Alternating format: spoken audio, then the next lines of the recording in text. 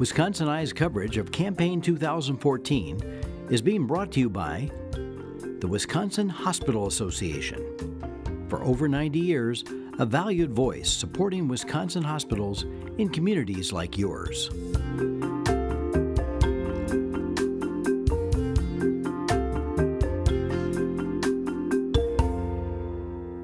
WisconsinEye coverage of the 2014 elections continues, and we are interviewing Bryn Biemeck.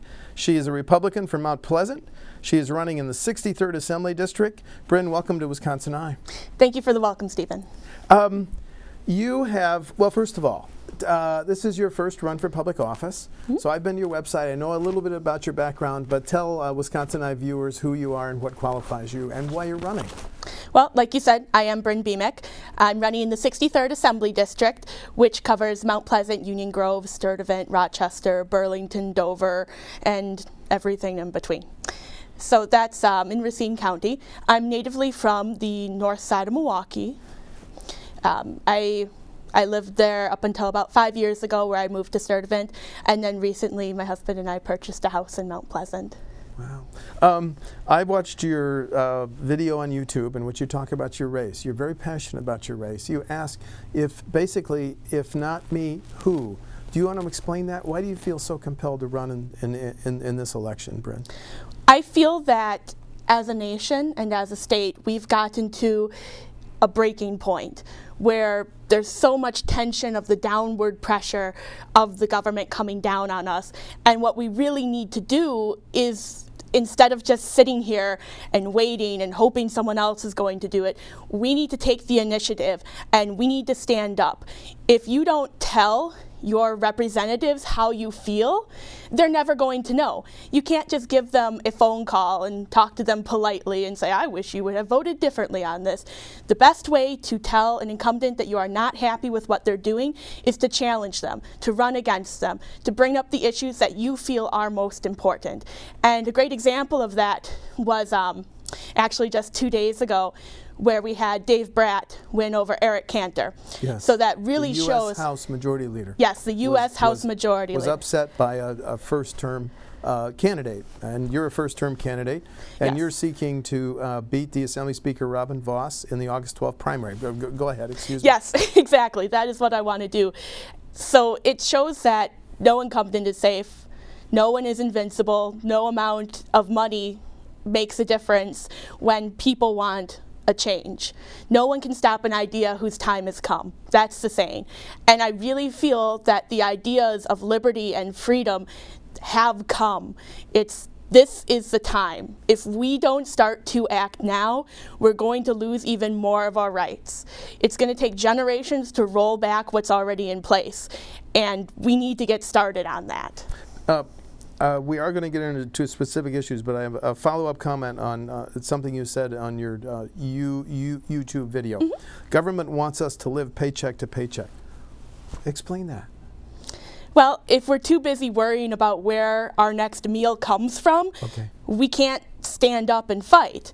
You know, if there were an issue, not everybody has the luxury of, I'm going to take time off of work to come up and fight and be vocal about it. Because then if you take time off of work, how are you going to eat? How is your family going to eat? How are your kids going to get to school? And so we get into this pattern where we just worry about the day-to-day minutia, and we lose focus and we lose track of what's really happening around us.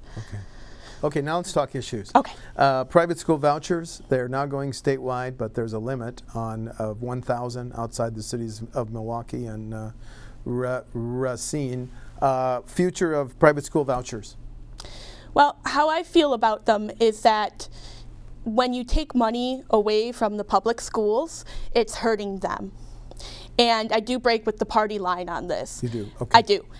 While I feel that the vouchers, they're like a Band-Aid on what's a fundamentally broken system. And you're not going to repair the system of public schools by taking the money out of it. I had the benefit of going to private school myself. My mom, my dad, my grandparents all paid for me to go. My family worked extremely hard to send me to a very good school, and I'm very thankful for it. And I understand that there are children who don't have that same opportunity. But, you know, there have been cases of people who aren't in dire economic situations getting those vouchers. And there's also been a lot of problems since they've implemented it wider of schools that aren't exactly following the guidelines, aren't exactly the best schools getting that money. And so I feel that if we are to have a voucher system, there needs to be more accountability for the schools receiving them to ensure that they're held to the same standards as the public schools. Would you cancel vouchers entirely, or would you just not allow them to go statewide, or would you continue them only in those two cities, City of Milwaukee and Racine? Well, the school choice program started in Milwaukee while I was still in school, and so I did see the benefit. My senior year in high school, there were, I believe, 3 children who were permitted to come in who wouldn't have been otherwise able to attend my high school, and I think that's great. But I think that the program, before it's statewide, it should be evaluated more in other areas, and that it should be like school districts on a district-by-district basis should decide if that's a program they want to do or not. Also debated in the Capitol Common Core standards. How do you feel about those, Bryn? My first order of business, once being elected, will be to repeal Common Core. Why?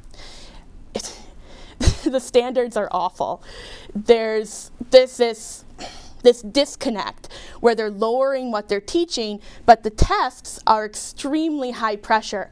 While I was out canvassing, I had the opportunity to talk to a 2nd grade teacher, and she was telling me that the kids are getting headaches, they're crying, they're freaking out over these tests, and she's chipped 2 teeth from the stress of it because her job depends on how they test. And anytime that you have teaching to the test, you're not actually educating. You're not teaching people the basics that they need. They talk about training for the jobs of tomorrow. You and I weren't trained for the jobs of tomorrow. We were trained to be good citizens, good human beings, learn the basics in every subject, completely adaptable, and then we went on and used those skills to be successful out in the world. You can't just sit kids down and say, in 5 years, you're going to need to know this for a job with computers. You know, they let you have computer programming as a foreign language credit, when foreign languages are shown to develop your brain and to help you perform better in all of your subjects. And so, you know, my husband's a computer programmer. The stuff he learned, you know, when he got certified more than 10 years ago, is different. There's all these different languages. There's C and C++ and all this.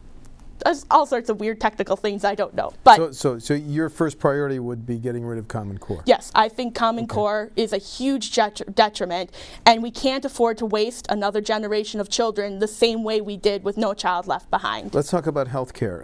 Governor Walker, Speaker Voss, and the State Senate told the federal government no thank you when the federal government offered us money to expand our MA benefits. Was that a wise decision or not wise decision? Yeah, I feel in the situation of healthcare that it isn't the government's job to do it. I feel that, you know, in the past we've had charity care, and that people have taken care of those that weren't able to get care. And when you have the government step in, it stops the private public from solving the problem. It stops them from feeling like they need to donate and take care of the sick and poor. Mm-hmm. You know, there were welfare programs in place before there was a government welfare program. People helped each other out, and I think that when you have the state paying for everyone's medical expenses, that, you know, it's not letting the private sector get in and help out. Would you dial back our MA coverage to the poor, the elderly, and the disabled then? Are we giving too much health care under the MA program? I would say that it's hard to roll back anything that you've already done because people get accustomed to where they're at. So I wouldn't want to take things away from people that already have it, but I for certain would not want to see it expanded. Okay. You live in a county that depends on the interstate for a lot of Milwaukee, Chicago. Yes. Yet there's a $650 million projected deficit in the State Department of Transportation budget for the next 2-year budget. How would you fix that hole? I'll tell you how I won't fix it. I won't do toll roads. You will not? No. Robin Voss is a huge fan of toll roads, and I would only support toll roads if we could only tax the people from Illinois. because I think they kind of have it coming with that. But, but again, it's the private sector that will come up with ideas and solutions to fill that void when government pulls back. You know, not necessarily the freeway system, but there are other parts of the transportation budget. You have companies like Uber and Lyft that, you know, they're private solutions towards transportation needs within a city. And I would love to see, you know, if there were a rollback, what about buses run by private companies or other transportation? You know, you can't necessarily say that, you know, we want to not repair the roads as a solution, because the transportation fund is broke. But under any circumstances, would you raise either the gas tax or what you and I pay to register our vehicles, license plate fee? I think it's too high as it is. It's too high. Yeah. So you'd like to see that rolled back? Yeah. Less taxes is always a good solution. In the news recently, and you're well aware of it, Judge Crabb has just struck down the constitutional provision prohibiting same-sex marriage. Your reaction? I think that's great. I think marriage should not be a government issue, period. Okay. Again, it should be up to private churches to marry who they want to marry. There are definitely churches that do accept the LGBT, a lot of alphabet. Yes, it's a little bit of alphabet soup. Yeah. I apologize. That do accept the LGBT community. And, you know, if they want to marry them, that's great. And if they don't want to, that's fine. That's their choice. And, you know, I see it as a victimless crime. It's not a crime. Okay. You know, no one gets hurt by what people do in their private lives. Thank you. There's also debate in the Capitol. The Democrats are calling to raise our minimum wage. Your position on that, please? Minimum wage only causes raising minimum wage only causes inflation. The issue with that is it works great for about a month. Everyone has more money, and then everything else adjusts to compensate. You can't pay the people at McDonald's $15 an hour and still have a dollar menu. It doesn't work like that. And I don't mean anything against them. I worked at McDonald's for a year myself while I was young and starting out. I learned a lot of great things about work and what it means, and just, you know, I think everybody should have the opportunity to work some of those low-end jobs and experience and build the skills. But certainly, I don't think it's worth $15 an hour to do. I mean, I don't even make that much, and I have a desk job at a bank. So, you know, it's one of those situations where everything else will inflate to compensate for the raise of minimum wage. At least one Democratic candidate for Attorney General says that first offense drunk driving should be a crime. Do you have a position on that? I don't think it should be, no. Okay. Why? I think it's fine to just give them a ticket, and then maybe make them take a class, and that's about it. I don't think you need to have any time where they're incarcerated for a first offense. Okay. Two more questions. One of them is there any issue that I haven't asked about that is a key part of your campaign? Yes. Most recently, I found out that Robin Vos is against personhood legislation, which, for people not familiar with that, that's the legislation that declares that unborn babies are people. And I feel that it's a fundamental human right, that if we start picking and choosing who's human, what comes next? You know, and with this personhood thing, it would prevent babies from being used, their remains, in medical experiments, or situations like over in England where they literally used the babies as fuel to power the hospital. And that's disgusting. That's a step away from Soylent Green. And we can get into this system where, all right, so it's not a human until it's born. Then, all right, okay, you can abort your kids up to age 3, which has been talked about. And then, well, we don't need the elderly. Instead of retiring at 65, it's going to be like Logan's Run, and they're just gone.